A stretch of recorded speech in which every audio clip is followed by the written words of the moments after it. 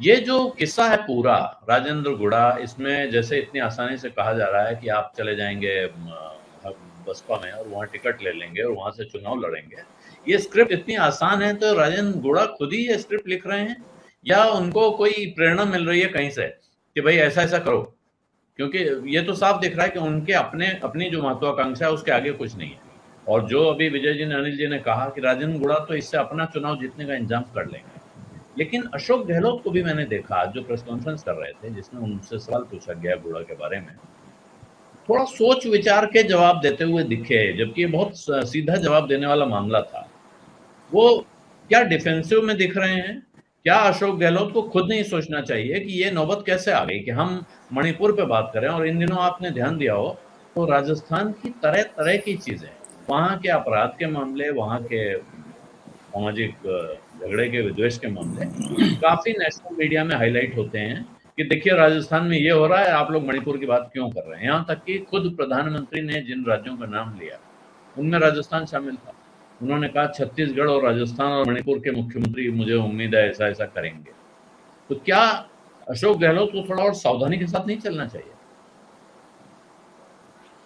देखिए, राजेंद्र गुड़ा के बारे में हमारे दोनों मित्रों ने बहुत विस्तार से बता दिया है, अनिल जी ने और विजय भाई ने, तो उस पर मैं बहुत ज़्यादा बोलने की स्थिति में नहीं हूँ। और दूसरा, वहाँ की स्थानीय राजनीति, जो उनके क्षेत्र की जो सामाजिक समीकरण है और जो उनको किस लिए उन्होंने ऐसा किया है, मोटे तौर पर यह है कि गुड़ा अपने स्क्रिप्ट खुद लिख रहे हैं, बात सही है, लेकिन उनके इस पूरे प्रकरण से भारतीय जनता पार्टी को अशोक गहलोत को घेरने का मौका मिल रहा है, जो भी अनिल जी ने कहा।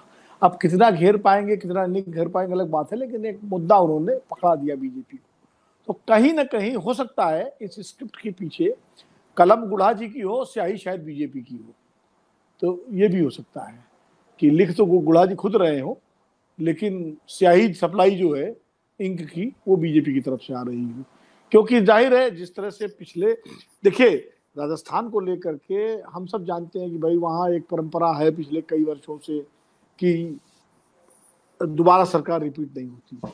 पिछले चुनाव में मैं जब घूम रहा था तो कई लोगों ने ये कहा गांव देहात में कि रोटी उलटने पलटने से ज़्यादा अच्छी सीखती है, अगर एक ही तरफ तवे में रखो तो जल जाती है।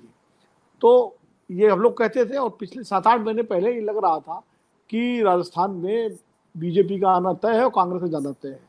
लेकिन पिछले 6-7 महीने में बावजूद इसके कि सचिन पायलट की नाराजगी सामने आई, सचिन पायलट पद यात्रा पर निकल पड़े, धरना दिया, ये सब के बावजूद अशोक गहलोत ने तमाम सामाजिक सुरक्षा की योजनाओं के जरिए अपने को मजबूत किया। और ये लोग कहने लगे कि टक्कर है। जो एक तरफा पहले बीजेपी की जीत की भविष्यवाणी लोग कर रहे थे, वही अब कहने लगे कि नहीं, राजस्थान में मुकाबला कांटे का है, तो पहले जैसा नहीं है। जो पहले लग रहा था कांग्रेस पार्टी निपट जाएगी, लेकिन अब लगता है मुकाबले में है। और अशोक गहलोत की जो स्कीमें हैं वो काफी नीचे तक लोगों को फायदा पहुंचा रहे हैं। और इसको लेकर दिल्ली में बीजेपी के खेमे में भी चर्चा थी, इसमें कोई दो राय नहीं। हमारे तमाम सारे मित्र जिनसे मैं संवाद करता रहता हूँ, भारतीय जनता पार्टी के लोग या उनके समर्थक, कुछ पत्रकार मित्र, वो भी मानते थे ऑफ द रिकॉर्ड कि अशोक गहलोत ने काफी रिकवर किया है ग्राउंड को। और अगर एंटी इनकम्बेंसी कुछ बची है जहाँ कहीं भी, तो विधायकों के खिलाफ ज्यादा है, अशोक गहलोत के खिलाफ नहीं है। अब गुड़ा जो है वो चूंकि बीएसपी से आए थे, कैबिनेट मंत्री बनना चाहते थे, उनको स्टेट इंडिपेंडेंट स्वतंत्र प्रभार का मंत्री बना दिया गया, और विभाग भी उनको कोई ऐसे हल्का फुल्का दिया गया जो उनके मन का विभाग नहीं था उनको। और वो लगातार इस बात के लिए दबाव डाल रहे थे कि उनको अच्छा विभाग दिया जाए, कैबिनेट मंत्री बनाया जाए। एक तो 1 साल बाद मंत्री बने थे, जब बीएसपी के 6 विधायक आ गए तो 1 साल से ज्यादा समय हो गया था, तब इनको मंत्री बनाया गया और कुछ लोगों को और भी पद दिए गए। उसके बाद गुड़ा जी को लग रहा था कि बात बनने ही नहीं, फिर वो सचिन पायलट के साथ चले गए। सचिन पायलट की नाराजगी में वो भी शामिल हो गए और उन्होंने अपना एजेंडा भी लगा दिया। अब सचिन पायलट और अशोक गहलोत के बीच में संघर्ष विराम हो गया। सचिन पायलट कांग्रेस पार्टी की अपनी जो अनुशासन है और लाइन है उसमें आ गए, इसीलिए आज उनका कोई स्टेटमेंट भी नहीं आया। तो गुड़ा जी को लगा होगा, जो मैं सोचता हूँ कि यार सचिन पायलट ने तो अपना हिसाब किताब ठीक कर लिया, हम तो बीच में रह गए, हम क्या करें। तो उनके लिए बड़ा मौका था विधानसभा के भीतर वो ऐसी बात कह दे जो सरकार को और मुख्यमंत्री को असहज कर दे और उनको आगे कर दे फोरफ्रंट पे, और वही हुआ। तो ये स्क्रिप्ट तो उनकी बन गई। और उन्होंने बोला और उसके बाद निकाले गए, शहीदाना मुद्रा में वो लाल डायरी ले आए। अब ये बताइए, लाल डायरी अगर इतनी बड़ी महत्वपूर्ण है तो उसको लहराते हुए इस तरह ला रहे थे कि कोई भी कहीं भी वो पूरी डायरी छीन सकता है भाई। और वो जो भी हमारे मित्रों ने सवाल उठाया कि मतलब धर्मेंद्र राठौर के यहाँ अशोक गहलोत रखवाएंगे अपने राज, और ये इनकम टैक्स और ईडी की रेड में घुस जाएंगे, ये मतलब हिंदी फिल्मों के अमिताभ बच्चन है कि अचानक पहुंच जाएंगे और वो डायरी उठा लेंगे, और डायरी उठाने के बाद उसको सुरक्षित ले भी आएंगे, और ले करके अशोक गहलोत जिसे कहेंगे मैं ले आया, वो कहेंगे जला देना, हाँ जला दी साहब, और रखे रहेंगे। तो ये तो बात मुझे कुछ समझ में आती नहीं, नंबर एक। दूसरी बात, आलोक जी जानते हैं कि इस तरह की डायरियों का कोई कानूनी महत्व तो नहीं होता है, ये साबित हो चुका है जैन हवाला कांड में। जो जैन डायरी थी उसको हाई कोर्ट और सुप्रीम कोर्ट ने कोई सबूत नहीं माना और सारे एक एक करके बरी हो गए, आपको पता है। इसके पहले सहारा पेपर्स भी अभी आए थे पिछले, जब इस सरकार, जिसमें तमाम सारे बड़े बड़े नेताओं के नाम थे, लेकिन सुप्रीम कोर्ट ने सहारा पेपर्स को भी, जो इनकम टैक्स रेट में मिले थे, उनको भी नहीं माना। तो डायरी कोई कानूनी रूप से अशोक गहलोत के लिए कोई समस्या पैदा करने वाली नहीं है। अगर उसमें किसी के नाम भी लिखे हों तो किसकी राइटिंग में लिखे, कैसे लिखे, अब आप भी एक डायरी बना लीजिए और सबके नाम लिख लीजिए, जितने आपके पैनल पे मित्र लोग आते हैं कि मैंने इनको इतने पैसे दिए, इतने पैसे दिए, इतने पैसे दिए, तो उसकी क्या कानूनी बनता है।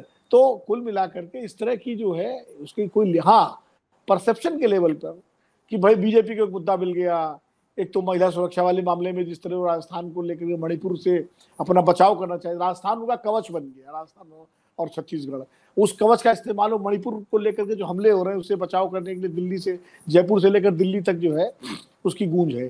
तो अब वो राजस्थान को और इस्तेमाल करेंगे। साहब देखिए, एक मंत्री को हटा दिया, जिस मंत्री ने सच बोला, उस सच, राजेंद्र गुढ़ा का जो है सच जो है वो बीजेपी उसको पेश करेगी, फिर वो डायरी की बात करेगी। तो परसेप्शन बनाने में, लोगों के बीच जाने में, प्रचार हो सकता है प्रधानमंत्री जी किसी रैली में गुढ़ा जी का नाम लेके कह दें कि साहब एक मंत्री ने सच बोला और उसको हटा दिया गया और उनको लाल डायरी जो है, ये सब होगा, ये एक मौका दे दिया। और जब ये मौका दिया है तो फिर मैं कहता हूँ कि इंक जो है, स्याही जो है, वो गुढ़ा जी को कहीं से मिली है। तो इसलिए जो है आज की तारीख में बिना किसी सपोर्ट के अपनी ही पार्टी में अपने ही मुख्यमंत्री के खिलाफ इस तरह खुली बगावत करना मुझे मुमकिन नहीं लगता है। मेरा राजनीतिक पत्रकारिता का अनुभव ये कहता है कहीं न कहीं पीठ पर किसी का हाथ है कि चढ़ जा बेटा सूली पर, भली करेंगे राम।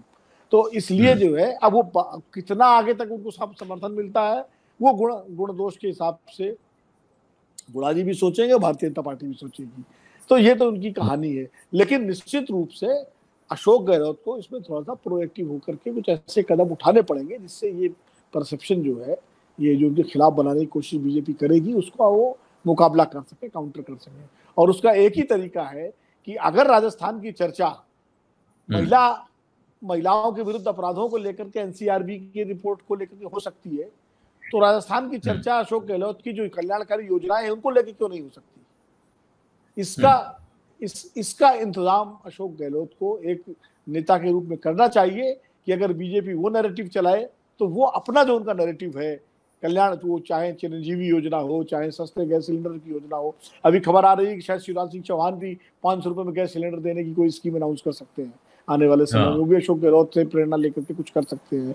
तो जैसा कि अभी विजय भाई ने कहा कि मोदी जी जो है कुछ सीख सकते हैं या कुछ उनको पैकेजिंग करके कोई योजना घोषित कर सकते हैं। तो इसका मतलब अशोक गहलोत की योजनाएं कारगर योजनाएं हैं, और अगर उनका नैरेटिव बनाने में कामयाब हो जाए राजस्थान में और राजस्थान के बाहर भी, तो निश्चित रूप से फिर ये डायरी वायरी का मामला जो है चलेगा नहीं।